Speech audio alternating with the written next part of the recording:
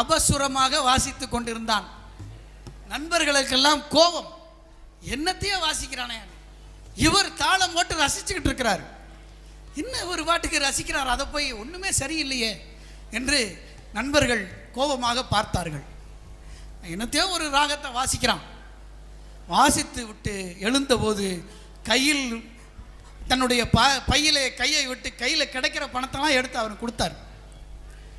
வச்சுக்கப்பா, நல்லா வாசிச்சுட்டு அருமையாக இருக்கு போ என்று.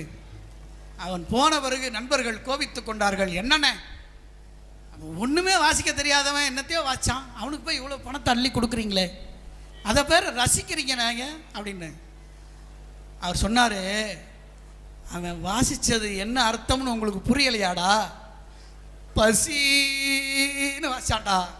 அவன் வாசிக்கிறதுல அவன் பசி எனக்கு தெரிஞ்சிச்சுடா, அதனால கொடுத்தேன்.